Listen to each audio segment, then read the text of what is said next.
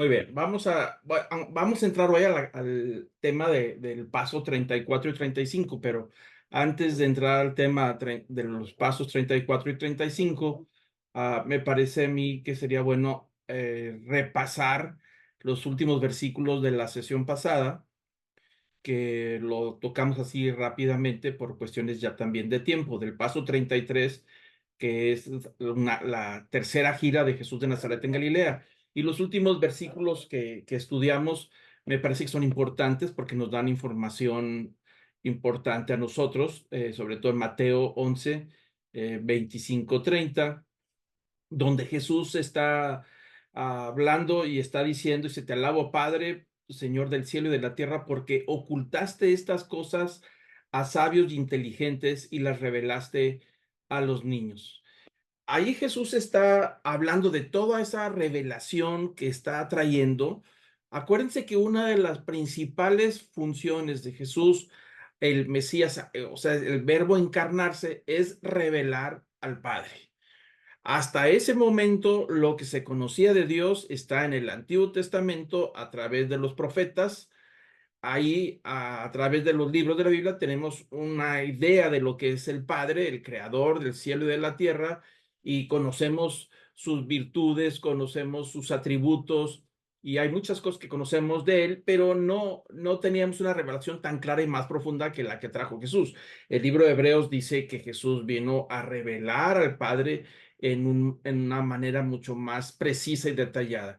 Hasta ese momento se conocía del Padre, Dios Padre, pero no como Jesús lo vino a revelar. Acordemos que Jesús le reveló a Nicodemo, ese sabio del Sanedrín, este fariseo judío que lo busca a Jesús de noche, donde le está haciendo una gran revelación, que para poder entrar al reino de los cielos habría que nacer de nuevo.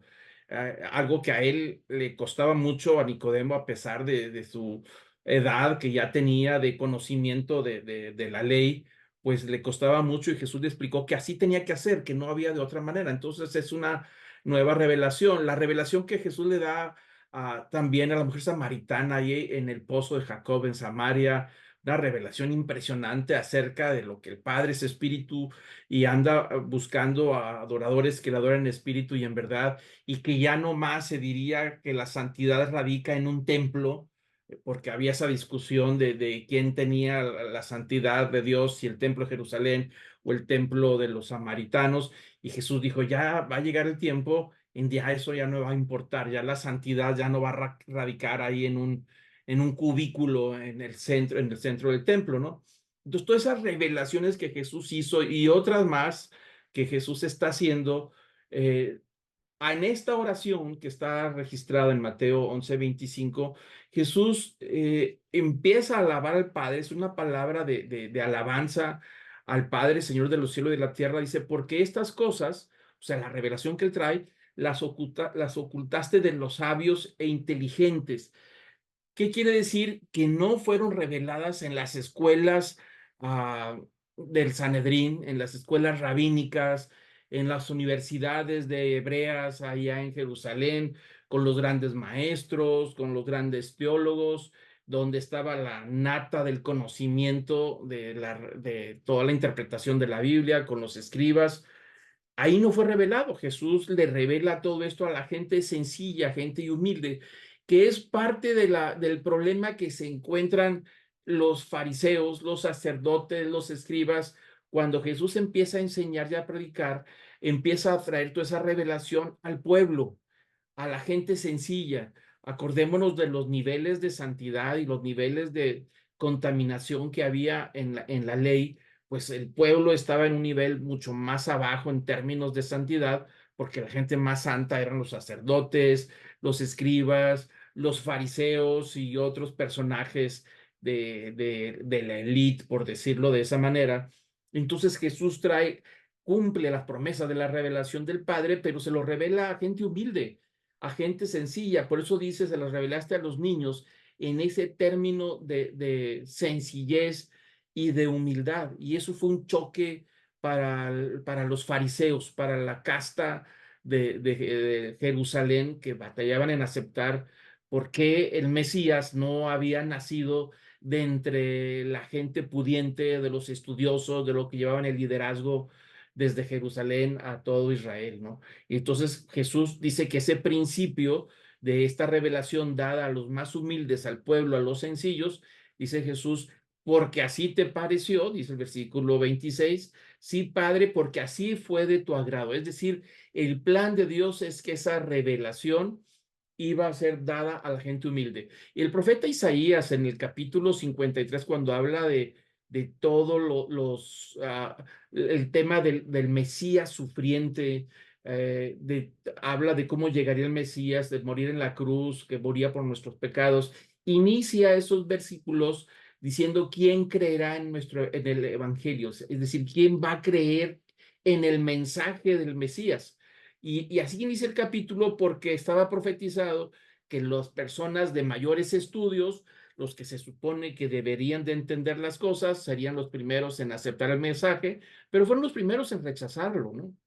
Inclusive Jesús en una ocasión les dice a los escribas y fariseos que dice, vayan y vean qué dice la palabra, qué dice la ley acerca de mí, estudien y luego me juzgan, dice, porque la misma palabra habla de mí, hasta Moisés habló de mí.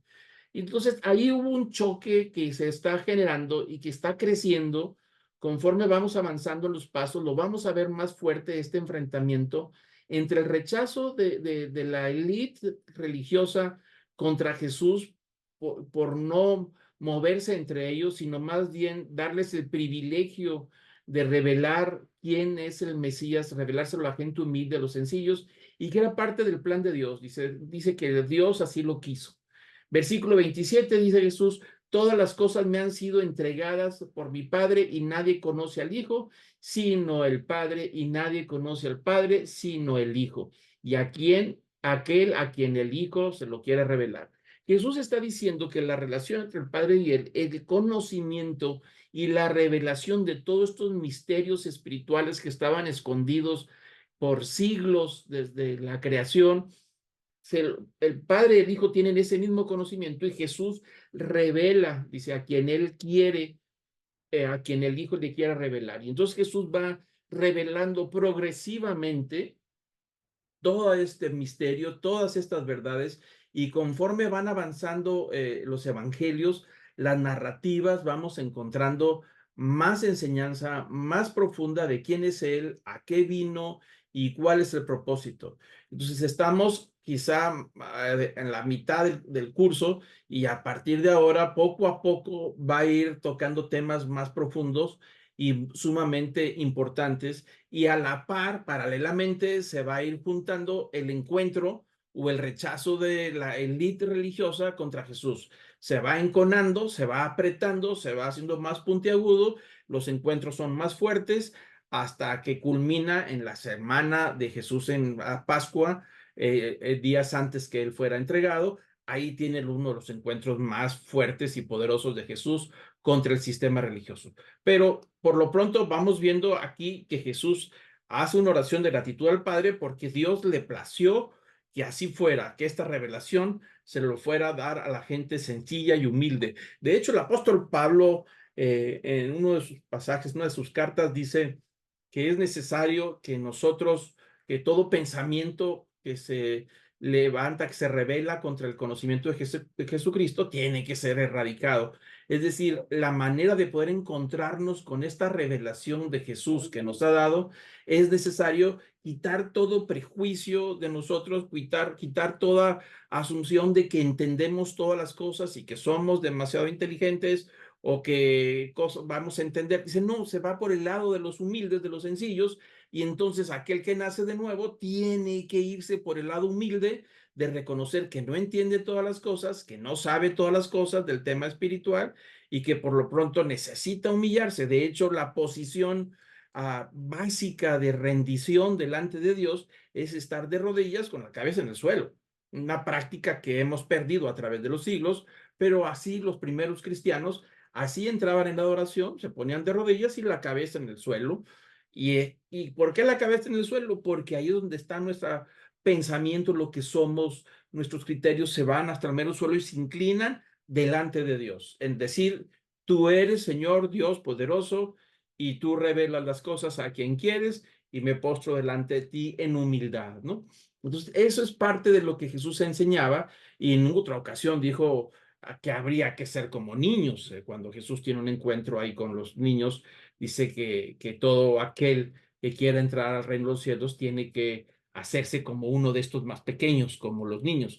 Y en otra ocasión, otro pasaje dijo que el más grande del reino de los cielos es aquel que es como un niño, ¿no? Entonces aquí vuelve a tocar el tema de que las revelaciones a los niños, de que es necesario nacer de nuevo, es decir, como pequeños, y que la grandeza en el reino de Dios está como los pequeños, como los niños. Entonces hay todo un tema de humildad, de sumisión a Él, de reconocimiento y de reconocerle a Él que Él es el que trae la luz, el que trae la palabra, el que trae la revelación.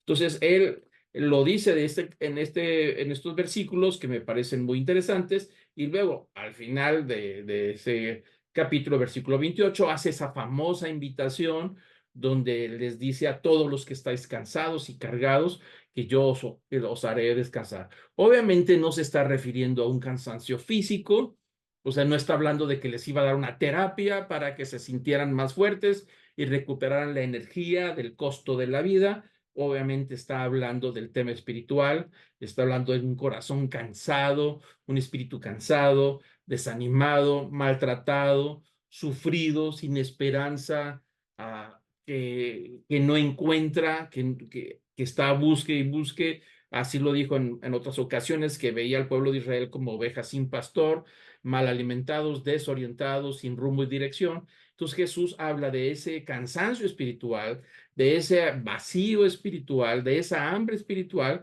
y dice, todos aquellos que están cansados y que están cargados espiritualmente, dice, hace esta invitación de que lo sigan a Él, porque Él va a producir con esta revelación del que está hablando, va a producir en aquellos que confían en Él, que someten su vida a Él, va a producir una paz, un descanso a nivel espiritual, que por supuesto ese descanso a nivel espiritual traería connotaciones físicas, porque todos sabemos que cuando hay una carga espiritual o traemos algo en nuestro espíritu, se afecta nuestro cuerpo físicamente y también produce una serie de malestares y de enfermedades, ¿no? Entonces todo está ligado, ¿no? Pero está hablando ahí de esa invitación, dice, tomad mi yugo sobre vosotros y aprended de mí, que yo soy manso y humilde de corazón. Obviamente está hablando de ese aprendizaje de lo que vendría, quizá un año después de estas declaraciones, sería entregado, maltratado, injustamente, como ya comentamos y lo vamos a comentar en un futuro, y cómo responde él emocionalmente. No se nos olvide que el mayor ejemplo en esta tierra de la inteligencia emocional descansa en la persona de Jesús. Se han escrito libros enteros de inteligencia emocional analizando el comportamiento de Jesús frente a los diversos enfrentamientos que tuvo en la vida, frente a la injusticia, frente a la maldad, frente al maltrato y la manera en que se mueve emocionalmente estable. Esto no quiere decir que no sufre, pero sus emociones están muy estables y muy firmes. Entonces, por eso dice Jesús, soy manso y humilde de corazón y hallaréis descanso para vuestras almas porque mi yugo es fácil y mi carga es ligera. Mi yugo quiere decir, obviamente, ese acompañamiento. Cuando Jesús dice, ven conmigo, acompáñame a mí y yo te voy a acompañar a ti, y habla de ese yugo, que de acuerdo a esas yuntas que había antes, que había dos animales, dos toros que les ponían a un yugo sobre los dos y aprendían a caminar al mismo ritmo sin lastimarse, porque si uno no camina al ritmo del otro, se van a lastimar en el cuello, se maltratan, y aquellos bestias ya experimentadas con el uso diario del yugo aprenden a caminar a un ritmo y pueden llevar bastante carga, ¿no? Y Jesús dice, ven conmigo, yo te voy a acompañar, tú me vas a acompañar, vas a aprender de mí en la medida en que me acompañas en este camino. Si mi yugo es fácil, no te va a lastimar, no te va a herir y mi carga es ligera. Jesús está diciendo, no te voy a someter a algo que no puedas llevar, ¿no? Pero habla de unirse a Él en ese aprendizaje, iniciando a través de la humildad y de la sencillez en recibir esta revelación que Jesús ha traído. Bueno, quise ampliarme un poquito más en estos versículos que la sesión pasada no lo pude hacer por cuestión de tiempo. Pero bueno, vamos a entrar ahora al paso 34-35, donde que Jesús se mueve ahora de esta gira de Galilea hacia Bethsaida, que es un poblado ahí al lado del mar de Galilea.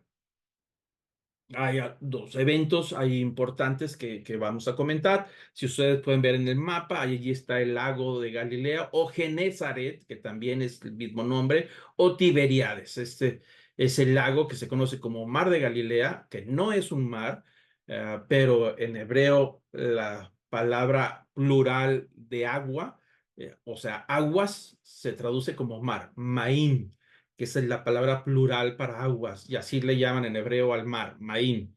Entonces, cuando dice mar de Galilea, está hablando lugar grande de aguas, ¿no? Pero también se llama Genezaret o Tiberíades, también se conoce ese lago, ¿no? Entonces, en este paso 34, después de hacer esa gira por los pueblos y los ejidos de Galilea, donde ya estuvimos comentando algo, pues ahora se mueve hacia un poblado que se llama Bethsaida, del lado de la provincia de Iturrea, que ahí lo vemos en el mapa, en la parte superior derecha, color ocre, ahí es donde está Bethsaida, ¿no? Y ahí tienen los dos eventos, la alimentación de las 5,000 personas, que vamos a comentar ahorita, y la multitud lo quiere hacer rey, que ese es el resultado de ese gran milagro, ¿no? Entonces vamos a entrar al tema donde el milagro número 18 que estamos documentando, Jesús alimenta a 5,000 personas, registrado en Mateo 14, 30, 21. Este evento también está registrado en otros evangelios, en el Evangelio de Juan también y el de Lucas. El versículo 13 retoma el tema de lo de Juan el Bautista cuando le dieron la noticia de que Juan el Bautista había sido ya decapitado y narra el momento en que sus discípulos de Juan lo sepultaron, ¿no? Y ya Jesús está enterado que había fallecido Juan el Bautista. Y entonces por eso dice el versículo 13 de Mateo 14, dice, al oír esto, es decir, la noticia de Juan el Bautista, Jesús se retiró de allí en una barca solo, a un lugar desierto. Cuando dice que es solo, da la impresión de que Jesús quiere meditar, reflexionar lo que acaba de pasar, es decir, la muerte de Juan el Bautista, de lo que sucedió, que fue un impacto en la manera en que murió, que ya comentamos. Entonces Jesús se retira, toma una barca porque está en el mar de Galilea y se va a un lugar, cruza el mar de Galilea y llega a un lugar desierto, en Bethsaida, de aquel lado de la zona desértica. Dice que cuando las multitudes supieron que ahí andaba, le siguieron a pie desde las ciudades. Cuando dice le siguieron a pie, se está refiriendo a que no cruzaron en barca. No, para aclarar por qué está aclarando que dice que se fueron a pie. Bueno, no usaron la barca, ninguno de ellos le siguió, sino más bien por la orilla del mar de Galilea, ¿no? Y dice que eran de diferentes poblados que se estaban acercando cuando se escuchó la noticia. Recordemos que para este momento que estamos estudiando, la fama de Jesús ya está por el último rincón de Israel, provincia de Samaria, Galilea, Judea, Iturrea, Tiro y Sidón, es decir, más allá de los límites de lo que se conoce la tierra prometida, ya la fama de Jesús estaba llegando y venía gente de muchos lugares, ¿no? Y dice el versículo 14 que cuando él desembarcó, vio una gran multitud y tuvo compasión de ellos y sanó a sus enfermos. Una vez más, Jesús ve a las multitudes y se repite el comentario que se han hecho en los demás evangelios, que Jesús siente compasión por la gente, ¿no? Algo que no sentían los fariseos o no sentían los estudiosos, los sacerdotes, los líderes. Por eso decía Jesús que veía a las ovejas como abandonadas, ¿no? Pero Jesús siente compasión por ellos y empieza a sanarlos. Y la palabra pues es muy general, milagros en todos los sentidos. Y el versículo 15 dice que al atardecer se le acercaron los discípulos diciendo, el lugar está desierto, la hora ya es avanzada, despide pues a las multitudes para que se vayan a las aldeas y se compren alimentos. Es decir, a Jesús lo estaban siguiendo por toda esa zona que no había lugares cercanos para comer. O sea, cuando dice desierto, está alejándose un poco de los poblados de las orillas del mar de Galilea. y no hay lugares ahí para traer comida. O sea, estaban hablando desierto, es decir, no hay nada cerca, ¿no? Por eso los discípulos están preocupados y dice, ya se está haciendo de noche, pues no se van a ir a menos que tú les digas que se vayan, porque quieren, están buscando un milagro, quieren escucharte hablar y no se van a ir a menos que tú los despidas. Y Jesús les hace el comentario y les dice, les dijo a los discípulos, no hay necesidad de que se vayan, denles vosotros de comer. Es decir, denles de comer a todos. Obviamente era lógico que los discípulos no traían comida para todos, tal vez para ellos nada más. Entonces los discípulos responden muy lógicamente, dicen, no tenemos aquí más que 5 panes y 2 peces. Los otros evangelios habla, el evangelio de Juan, Lucas, de la alimentación de los 5,000, pues habla con más detalles sobre un muchacho que traía 5 panes, otro traía 2 peces, que era lo que empezaron a buscar, ¿no? Y dice que los tomaron estas canastas de los muchachitos que traían 5 panes y otro traía 2 peces, los levanta levantando los ojos al cielo, es decir, hizo una oración de gratitud, de bendición, bendijo los alimentos y partiendo los panes se los dio a sus discípulos y los discípulos a la multitud. Y aquí es donde yo creo que todos estaban la expectativa, no se imaginaban lo que iba a pasar. Los discípulos les pareció extraño que Jesús le haya preguntado, porque los demás evangelios nos da detalles donde dice, bueno, busquen entre la gente a ver qué hay. Dice, pues nada más hay un niño que trae aquí 5 panes y otro trae 2 peces, es todo lo que hay. Bueno, tráiganlo para acá. Los acerca, los toma en la canasta y empieza a dar gracias y los bendice y empieza a partir del pan y empieza a sacar de la canasta y le empieza a dar a los discípulos en otras canastas y empieza a suceder algo milagroso. Hay una multiplicación milagrosa. No sabemos exactamente en qué momento se está produciendo la multiplicación. O sea, es un hecho que cuando Jesús ora y ora por los panes y por los peces y los bendice, pues no aparecieron todos de repente como una montaña de alimentos. No fue así, ¿sí? No lo describe el Evangelio.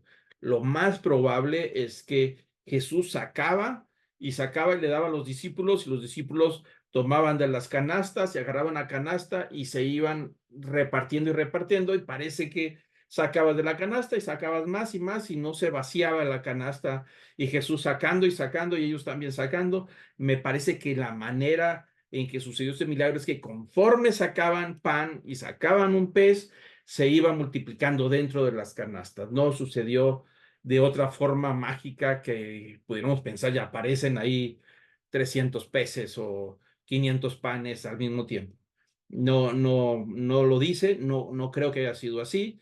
Me parece que es más bien la canasta, que dentro de la canasta se van multiplicando. Dice que se los dio a los discípulos y los discípulos a la multitud. Se empezaron a distribuir y empezaron a alimentar a la multitud. Y comieron todos y se saciaron.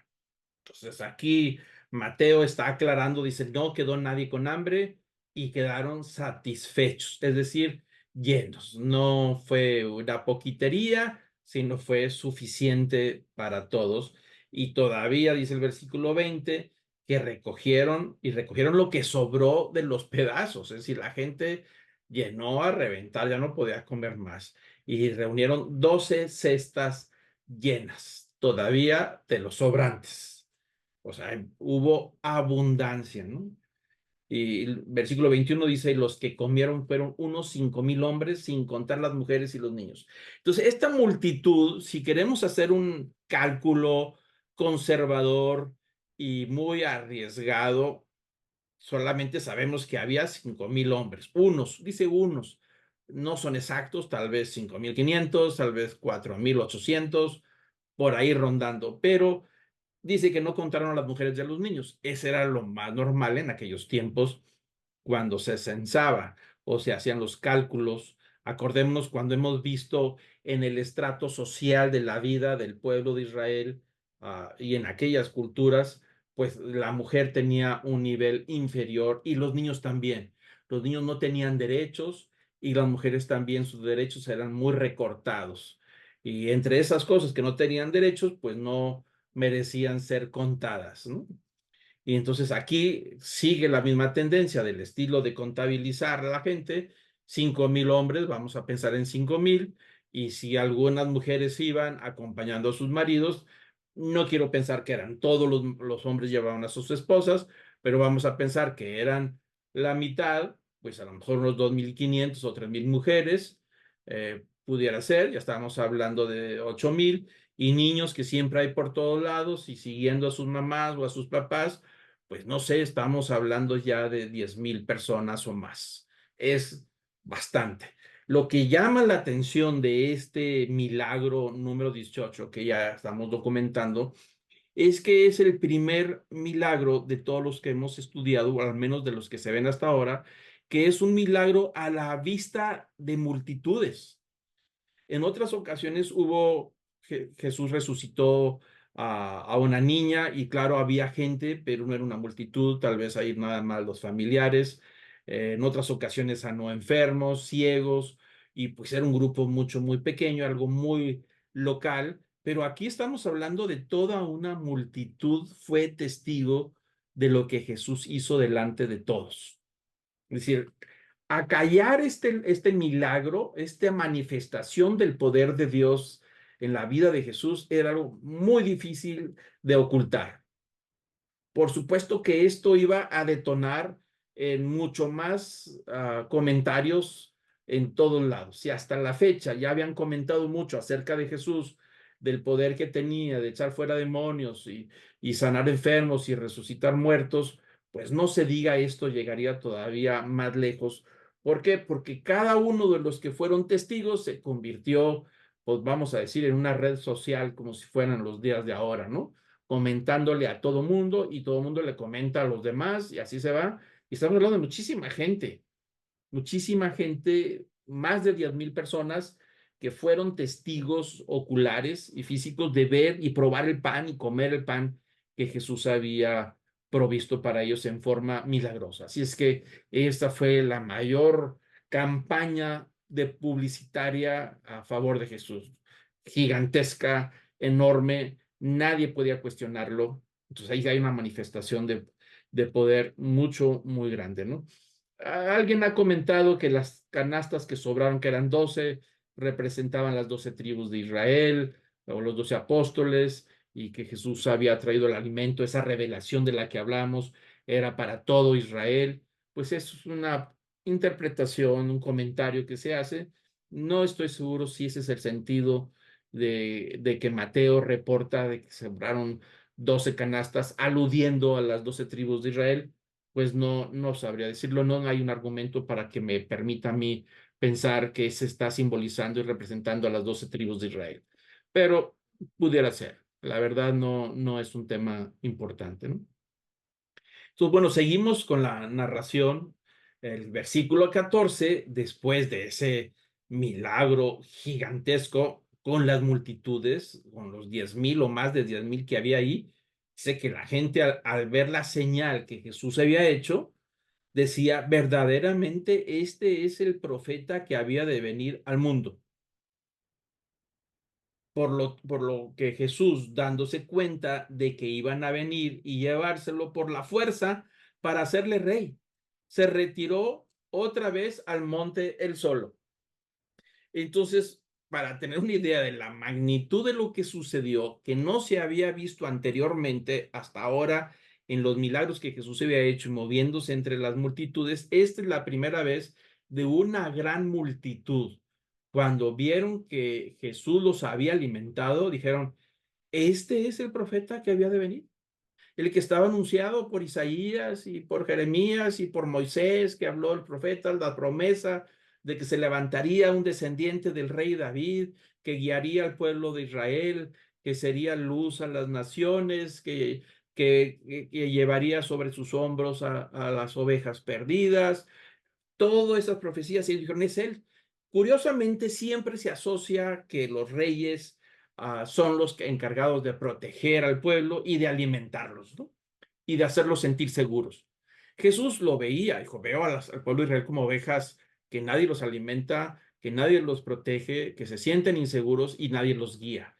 Que eso es parte de lo que hace un rey. El rey entre el pueblo, pues provee la dirección, provee los alimentos y provee la protección y la enseñanza, ¿no?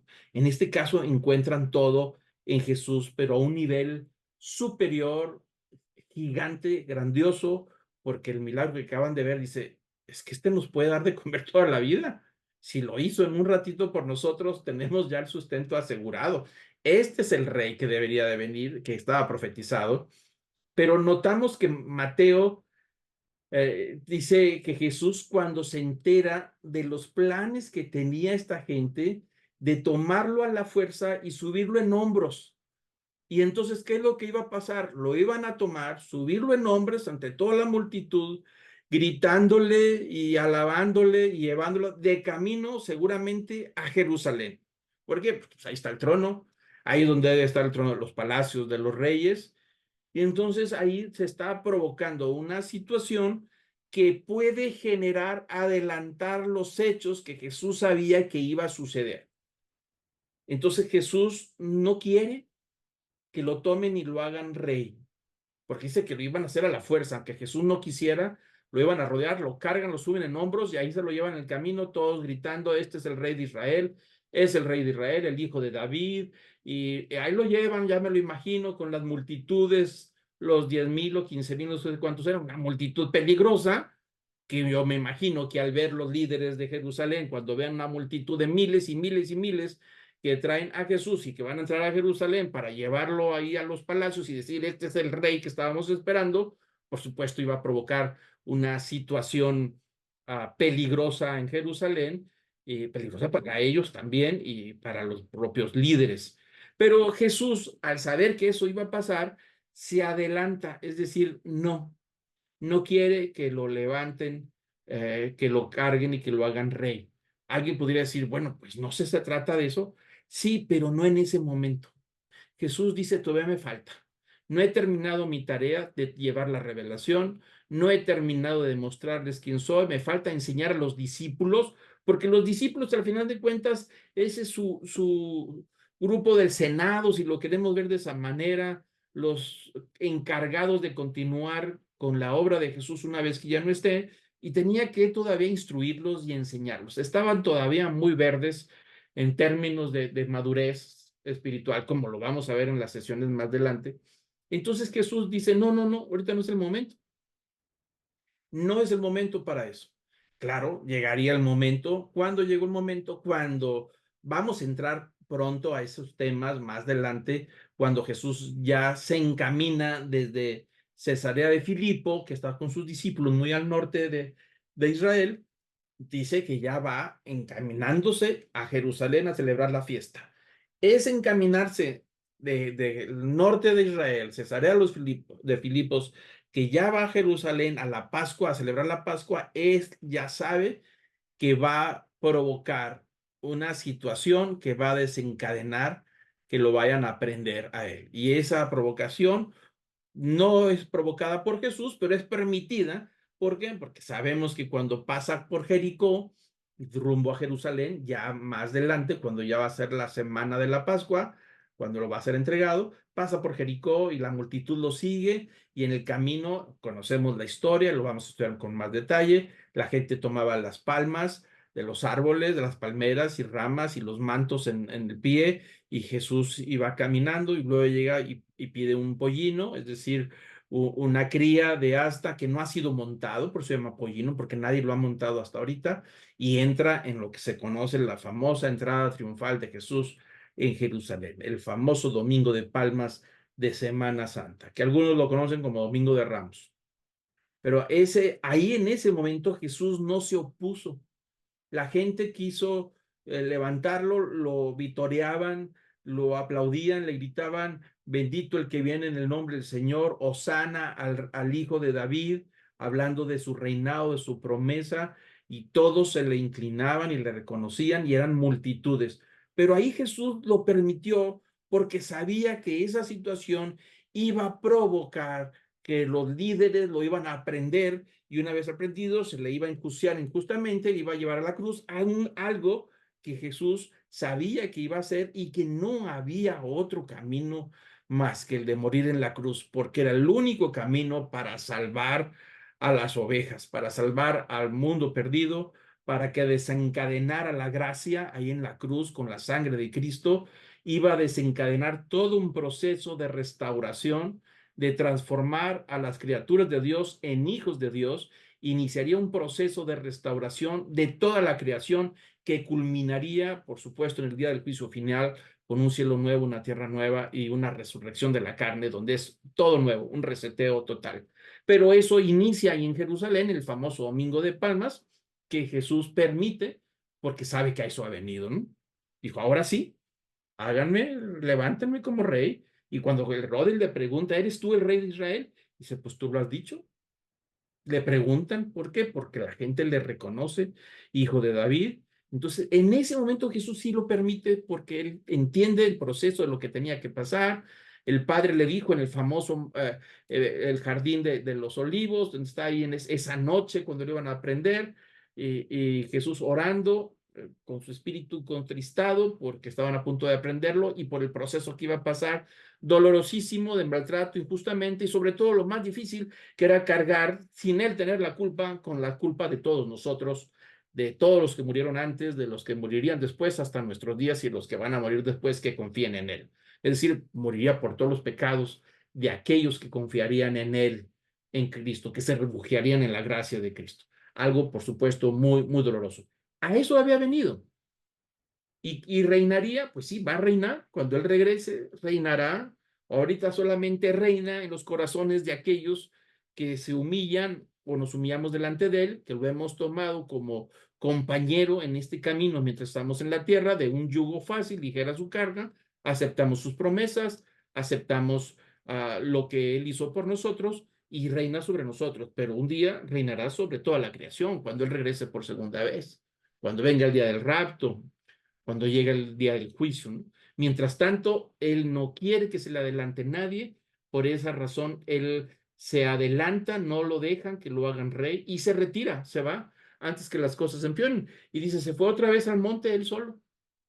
Había venido de estar en el monte orando y regresó, los discípulos iban por otro lado y ahora se regresa él solo otra vez al monte. Dice, no es el momento, no quería provocar esta situación, ¿no? Y bueno, pues ahí lo dice claramente en Mateo 14, en versículo 22, dice que enseguida hizo que los discípulos subieran a la barca en la orilla del mar de Galilea y fueran delante de él a la otra orilla, mientras él despedía a la multitud. Después de despedir a la multitud, subió al monte a solas para orar y al anochecer estaba allí solo. Entonces, lo que le dice a los discípulos, adelántense, se tomen la barca, adelántense, allá los veo, me los voy a encontrar más tarde. Yo necesito estar a solas, necesito orar, necesito estar con el Padre, necesito estar a lo que está sucediendo, de lo que va a suceder, y necesito estar en ese momento a solas, reflexionando, orando, descansando en todo eso. Entonces ahí tenemos registrada, no dice las palabras de la oración, pero tenemos la oración número 5, al menos en los evangelios. Y bueno, los discípulos se van, ya es la tardecita, se van a cruzar el mar de Galilea, ya está oscureciendo, Jesús se fue al monte y anocheció, es decir, se hizo tarde en ese proceso y estaba solo. Y bueno, pues eso nos lleva al paso 35, que están desde el desierto de Bethsaida, donde ahora van al lago de Genezaret, que es el lago de Galilea, ¿no? Es el siguiente paso. Y ahí sucede uno de los eventos también famosos donde Jesús camina sobre el mar. Es el milagro número 19 que tenemos ahí documentado. Dice Mateo 14, versículo 22. Dice, enseguida, después de despachar a los discípulos y despachar a la multitud, hizo que los discípulos subieran a la barca y fueran delante de él a la otra orilla mientras él despedía a la multitud. Después de despedir a la multitud, subió al monte a solas para orar y al anochecer estaba ahí solo. Dice el versículo 24, pero la barca estaba ya en muchos estadios de tierra. Estadio es una medida de distancia. Es alrededor de 180 metros. Muchos estadios, no sabemos cuántos, pero es un buen número de estadios. Quiere decir que la barca ya estaba hacia el centro, vamos a decirlo de esa manera, en el centro del mar de Galilea. El mar de Galilea, pues es un lago muy, muy grande, ¿no? Entonces dice que ya estaban quizá a la mitad y que ya era de noche, ya están muy lejos de la costa y dice que esa noche la barca era azotada por olas porque vino un viento contrario. Es común en el mar de Galilea que de repente llegan vientos fuertes, es decir, se levantan vientos fuertes porque es un área muy grande y la manera en que confluyen los vientos cálidos con los fríos provoca que se levanten olas grandes y que provocan un problema a las embarcaciones. Entonces, en esa noche se levantaron olas que estaban azotando la barca eh, y la barca luchaba para llegar a la otra orilla porque era contrario, es decir, les estaba costando mucho avanzar. Y el versículo 25, pero sucede a la cuarta vigilia de la noche, y eso es importante saber cómo nos da la historia los detalles. A la cuarta vigilia de la noche, dice que Jesús vino a ellos andando sobre el mar y se calmó todo. Entonces aquí lo que está registrando Mateo, por supuesto, es algo, si el milagro anterior de alimentar a tanta gente en forma milagrosa, ahora aquí tenemos frente a un milagro también muy complicado que nadie había hecho, no se había visto en la historia del poder de Dios en el Antiguo Testamento, algo similar. Lo que más se le parece es quizá Moisés cuando abre el mar rojo que se abre en dos, pero no es Moisés, es una orden que Dios le dijo a Moisés: adelántate con la vara que traes, toca el agua, y entonces Dios hizo la parte que le tocaba. Moisés no hizo el partimiento de las aguas. Eso es lo más parecido que tenemos en la historia de la Biblia de un evento parecido donde hay un poder fuerte sobre las aguas. Aquí no es Moisés, aquí es Jesús directamente que está desafiando las leyes de la física, las leyes de esta creación, y empieza a caminar sobre el agua y se empieza a calmar todo, poco a poco. Este es el milagro 19 que también estamos reportando, ¿no? Para entender un poquito más a qué horas, ahí en la gráfica que les estoy poniendo, estamos viendo cómo se divide el día judío, el día romano. Hay básicamente en la noche, se conocen por 4 vigilias, así se conocen las vigilias. La primera vigilia es de las 6 de la tarde a las 9 de la noche. Más o menos al atardecer empieza la primera vigilia. La segunda vigilia de las 9 de la noche a las 12 de la medianoche. La tercera vigilia es de las 12 de la medianoche a las 3 de la mañana. Y la cuarta vigilia es de las 3 a las 6 de la mañana. Ahí con eso tenemos una idea de que esto que sucedió fue en la cuarta vigilia de la noche, entre las 3 y 6 de la mañana, que es cuando vieron a Jesús caminar. Ellos están cansados, no pueden navegar porque el viento es contrario, se levantan las olas fuertes, han estado quizá toda la noche luchando para llegar al otro lado y no avanzan. Y en medio de esa oscuridad, entre los vientos fuertes y las olas que se levantan para tumbar la barca, ahí de repente ven entre las nubes, entre la luz que pudiera parecerse filtrarse por las nubes, la luz de la luna, ven una figura, ¿no? Por eso dice el versículo 25, que a la cuarta vigilia de la noche, Jesús vino a ellos andando sobre el mar y calmó. Entonces, ¿cuál es la respuesta de ellos? Dice el versículo 26. Y los discípulos, viéndole andar sobre el mar, se turbaron. Claro que se turbaron, por supuesto. Turbarse significa no nada más asustarse, sino empezar a temblar de lo que están viendo. Están muy confundidos, están muy asustados, y la reacción primaria de lo que están viendo, dicen, es un fantasma. Ese es un espíritu que está ahí, ¿qué más puede hacer? Y están asustados. Y dice que tanto era el miedo que tenían que se pusieron a gritar. Es decir, no le están gritando a Jesús, porque no lo reconocen. Quieren que es un fantasma, pero el susto es tanto que gritan de pavor, están gritando por todos lados. Eso es lo que está tratando de decir.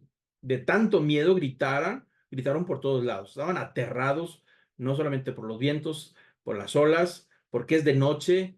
porque no hay tanta luz y de repente ve algo que medio iluminado por ahí y se asustan y empiezan a gritar por todos lados, dice el versículo 27, pero enseguida Jesús les habló diciendo, tened ánimo, yo soy, no temáis. Entonces ahí Jesús los calma, les habla, eso me hace pensar que está a una distancia considerable, o sea, más o menos alcanzable de la barca, no está a 100 metros de la barca, debe de estar tal vez 30, 40, máximo 50, de tal manera que él les habla y le escuchan. Entonces les dice que no se asusten, que tengan ánimo. Dice, yo soy. Y la palabra yo soy lo vamos a platicar la próxima sesión de lo que realmente significa cuando Jesús dice yo soy. Algo que solamente le pertenece al Padre. En el hebreo no se usa el verbo ser. Cuando alguien dice yo Javier, no dice yo soy Javier, dice yo Javier. El verbo ser no se pronuncia, ni siquiera cuando hablas de yo soy cantante, pues no dicen yo soy cantante, dice yo cantante. En el idioma hebreo así es, no se pronuncia, aunque existe el verbo ser, no se pronuncia porque ese solamente le pertenece a Dios. Pero Jesús lo está usando y aquí vemos la primera vez que lo usa. Cuando él está diciendo yo soy, está usando el verbo que solamente el Padre puede pronunciar. Y de eso hablaremos la próxima sesión. Por eso quise dejar el tema para la próxima semana, porque vamos a tocar el tema del yo soy, ¿no? Entonces dice Jesús, yo soy, y por lo tanto no debes de tener miedo, está diciendo a los discípulos. Versículo 28, respondiendo Pedro, dijo, y aquí notamos algo de Pedro, es interesantísimo, quizá eh, valdría la pena cuando terminemos este estudio de hacer un pequeño curso, no tan largo como este, pero un estudio sobre los discípulos, estudiar lo que sabemos de su personalidad. Yo sé que hay una serie de televisión que está ahí en Netflix, me parece, que se llama Los Escogidos, refiriéndose a los discípulos, y trae muchísima información, alguna no es tan muy clara, no estoy totalmente de acuerdo, pero alguna sí está bien. Entonces, valdría la pena estudiar ahí las personalidades de los discípulos en un futuro, basados netamente en lo que dice la palabra de Dios. Pero aquí está un detalle que nos da de Pedro. Pedro nos va dando rasgos de su personalidad, sabemos que es impulsivo, sabemos que es iracundo, que tiene un carácter fuerte, y en este caso actúa sin pensar, que eso es propio de Pedro. Pedro, el apóstol Pedro siempre actúa sin pensar, al menos es inmaduro en ese aspecto. Después, cuando ya es mayor, ya anciano, hay una madurez tremenda, muy fuerte que podemos ver en sus cartas. Pero aquí todavía es joven, inmaduro, impulsivo, no piensa las cosas, no le aplica la lógica a las cosas que suceden. Y aquí está el punto, porque cuando oye la voz de Jesús, Pedro le responde y dice, Señor, si eres tú, es decir, dame una prueba de que eres tú, porque está medio en la penumbra entre la oscuridad y la voz. Dice, yo soy el que soy. Entonces, tranquilícense. Dice, bueno, si eres tú, pues mándame que vaya a ti sobre las aguas. Ahí, Pedro, como dicen aquí en México, se brincó la barda, ¿no? Porque le está pidiendo que demuestre con un poder milagroso que haga que Pedro también camine sobre las aguas. Es decir, ¿quieres que crea en ti que lo que estoy viendo eres tú? Pues haz que yo también haga lo mismo. Es decir, aplica esa manifestación de poder sobre mi persona y si tú lo logras hacer, entonces yo sabré que eres tú. Algo muy humano, muy que a veces nosotros utilizamos para probar a Dios. Pero bueno, aquí Pedro está entrando en su personalidad y dijo, haz que mándame que yo vaya sobre ti. Cuando dice mándame, dice, da la orden a nivel espiritual, es decir, con fuerza y con poder de que yo vaya sobre ti. Jesús le dijo, ven, nomás le dijo, ven, es todo. Y descendiendo Pedro de la barca, caminó sobre las aguas y fue hacia Jesús. Pedro, ni tardo ni perezoso, no entró en un razonamiento de que déjame meter primero el pie a ver si se hunde. No, no, él salta. En otros versículos de los demás evangelios que narran esto, dice que él salta de la barca, se brinca sin pensar la lógica, sin pensar que lo que está a punto de suceder no cabe en la mente de ningún científico, de la ciencia y de ninguna sabiduría, ni de prudencia, ni de nada, va contra todo, ¿no? Pero cuando dice que Jesús dijo, ven, pues al instante sale sobre la barca, no cuestiona su realidad, es decir, no cuestiona de qué es agua, no cuestiona de las leyes físicas, no cuestiona nada, solamente obedece a lo que Jesús le está diciendo que haga y pues al instante va caminando sobre las aguas. Eso es lo que está sucediendo. Dice, y caminó sobre las aguas y fue hacia Jesús. Interesante que dice el verbo pasado, caminó, es decir, estuvo por un rato, ¿no? Pero fue hacia Jesús caminando, pero el versículo 30 nos da también otra información. Dice, pero cuando Pedro se dio cuenta de la realidad, es decir, que estaba rompiendo una ley, algo que es ilógico, ley de la física, leyes de la naturaleza, dice que cuando ah, eh, Pedro viendo la fuerza del viento, tuvo miedo y se empezó a hundir.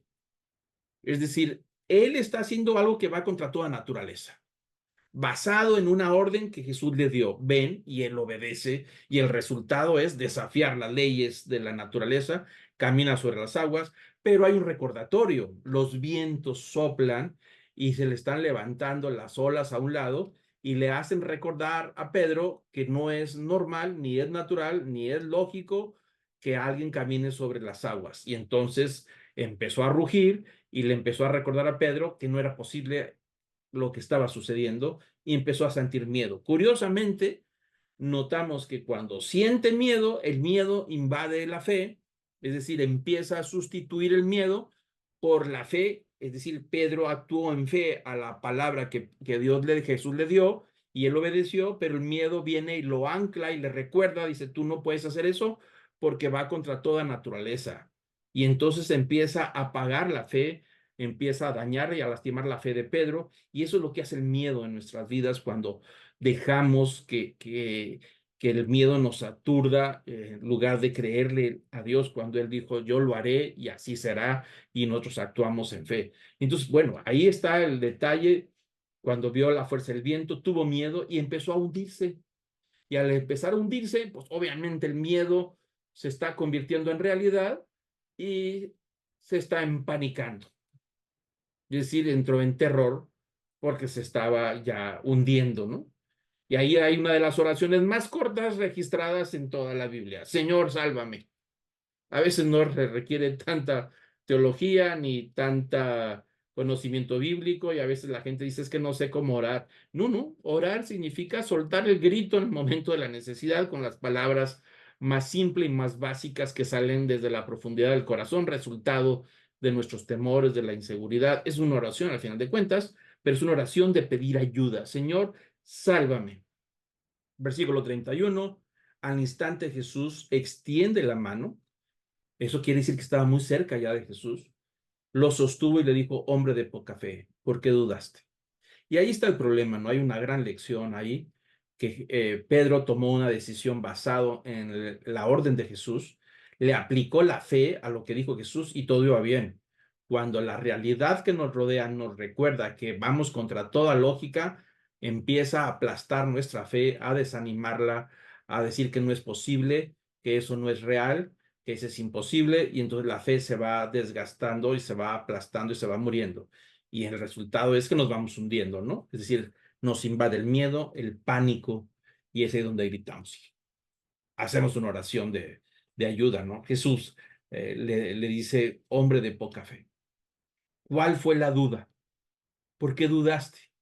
Pues por el viento, que le recordó que no era posible. El viento, el rugido de las olas, los movimientos del agua le dijeron que estaba haciendo algo que no era normal. Y entonces ahí es donde está el problema de nuestra fe, cuando dejamos que la realidad que nos rodea invada y sustituya nuestra fe en las promesas que Jesús nos ha dado. Versículo 32, cuando ellos subieron a la barca, el viento se calmó. Algo muy interesante. Entonces los que estaban en la barca le adoraron diciendo, en verdad eres hijo de Dios. Sobresalen las palabras de estos muchachos, los discípulos, después de ver lo que han visto en estos 2 años que ya llevan con él, milagros de todo tipo, ah, sermones, revelaciones, cosas que nunca habían visto ellos. Cuando Jesús les dijo los primeros días que reclutó a los discípulos, le dice a Felipe, sígueme y cosas grandes vas a ver. Vas a ver cómo ángeles suben y bajan, es decir, vas a ver el poder de Dios. Bueno, ellos han visto el poder de Dios en todo tipo de milagros. Acaban de ver la multiplicación de los panes, pero todavía les faltaba un pedacito de fe para realmente creer que Jesús es el Hijo de Dios. Por esa razón, ellos dicen, en verdad eres Hijo de Dios. O sea, ¿qué quiere decir? ¿Que lo dudaban? Pues me imagino que estaban con Jesús, le seguían, le creían, pero las cosas que veían todavía les hacían pensar. Es decir, Jesús tenía muchos encuentros y enfrentamientos. Entonces los discípulos están aprendiendo. Y esa es la razón por la que Jesús no quería que lo hicieran rey. ¿Por qué razón? Porque los discípulos necesitan ser testigos. Jesús, después de resucitado, cuando les da la orden antes de subir al cielo, les da la orden a los discípulos que vayan y prediquen el evangelio a todo el mundo, hasta el último rincón de la tierra, empezando por Jerusalén y Samaria. Dice, y seréis mis testigos. ¿Qué quiere decir? Van a dar testimonio de lo que han visto, de lo que yo hice y de lo que yo dije. Eso, que van a dar un testimonio a los que no me conocen, eso es lo que van a hacer. Entonces Jesús no quiere que lo hagan rey porque necesita que todavía los discípulos sean testigos de quién es Él. Yo creo que Jesús intencionalmente mandó a los discípulos por delante y él se fue a orar para después encontrarlos en la noche en el mar, para que ellos fueran testigos de quién es Él, de su poder y que tiene autoridad sobre los elementos de la naturaleza. Eso es lo que Jesús quería demostrarles a ellos. Es un milagro a los discípulos nada más. No es como los 10,000 que alimentó.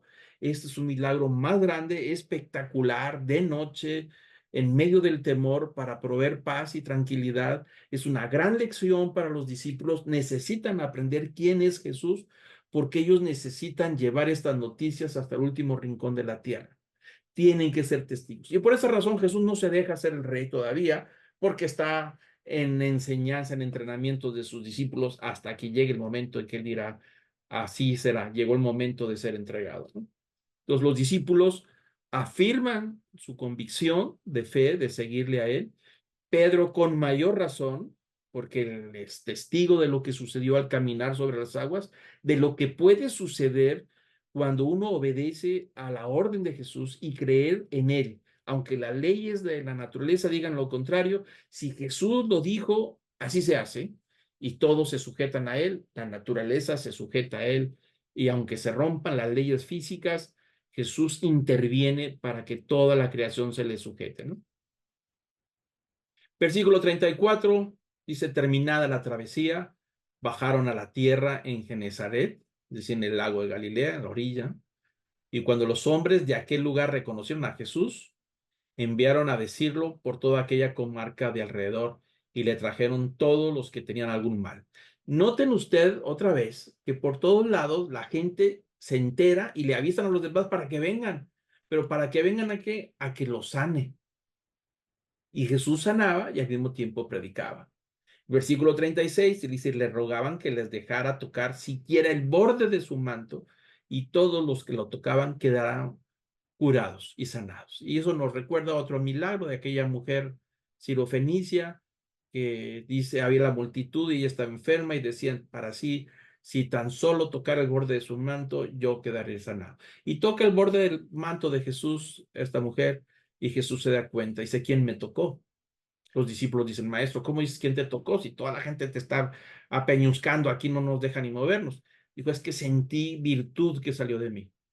Bueno, algo sucedía con Jesús en esa irradiación del poder de Dios, si lo queremos llamar de alguna manera, radiar ese poder de cómo se concentraba en él, no tanto en sus ropas en sí, sino en su persona, en la persona de Jesús.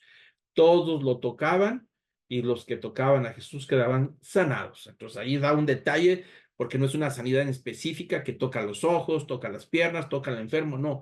Ahora se invierte, la gente que lo toca queda sanado. Va aumentando el nivel de esta manifestación.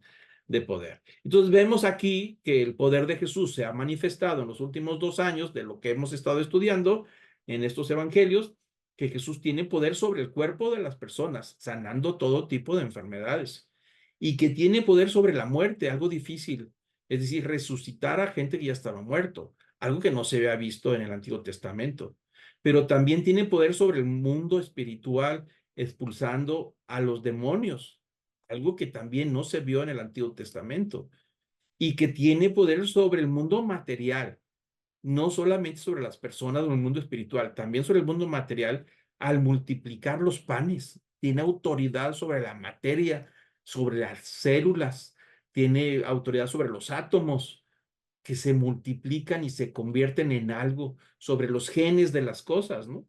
Entonces tiene esa autoridad para multiplicar y por supuesto lo que vemos ahora, pues tiene poder sobre las leyes de la naturaleza.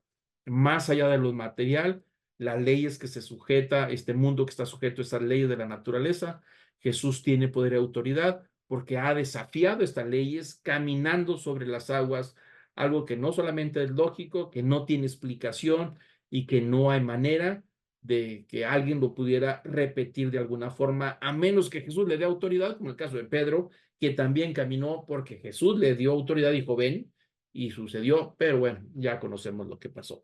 Entonces aquí vemos con los evangelios, lo que hemos estado estudiando, que la manifestación del poder de Jesús va aumentando conforme se va acercando el evento de Jesús de llegar a la cruz, ¿no?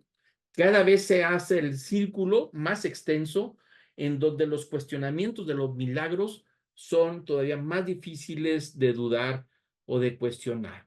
Porque alguien podría cuestionar las sanidades diciendo, bueno, pues que realmente no estaba tan enfermo o tenía alguna enfermedad psicosomática, se inventó la enfermedad y Jesús fue tan positivo que le dio fe y sanó. Bueno, el caso de la muerte estaba más complicado, pero alguien pudiera decir, bueno, es que no estaba realmente muerto, a lo mejor estaba en un estado catatónico y Jesús lo despertó y realmente no estaba muerto. Entonces alguien podría cuestionar todo eso. Igualmente el mundo espiritual, bueno, es que no tenía demonio, realmente tenía un problema psicológico o tenía algún problema de ataques de epilepsia y le llamaban que tenía un demonio. Alguien puede buscar respuestas para no creer, pero ya cuando topas con el mundo material de la multiplicación, dices, espérame, ¿eso cómo le haces? Ahí no hay con que, como dudas, si tienes más de 10,000 gentes que comieron de ahí, y luego cuando ves la ley sobre la naturaleza caminando sobre las aguas, ahí está mucho más complicado, ¿no? Entonces vemos que se está extendiendo el poder de Jesús y recordemos que la manifestación de poder de Dios en la vida de Jesús es parte de las profecías y es parte del testimonio y del respaldo de que Jesús venía hablando de esa revelación del Padre del mundo espiritual. Recordemos lo que Jesús le dijo a los fariseos cuando cuestionaron, cuando Jesús le perdonó los pecados a aquel paralítico, dijo, ¿con qué autoridad me perdonó los pecados? Y Jesús dijo, para que veas que el Hijo del Hombre tiene poder de perdonar los pecados, algo que solamente le corresponde a Dios, le voy a decir a este hombre, levántate y anda. Es decir, fue sanado.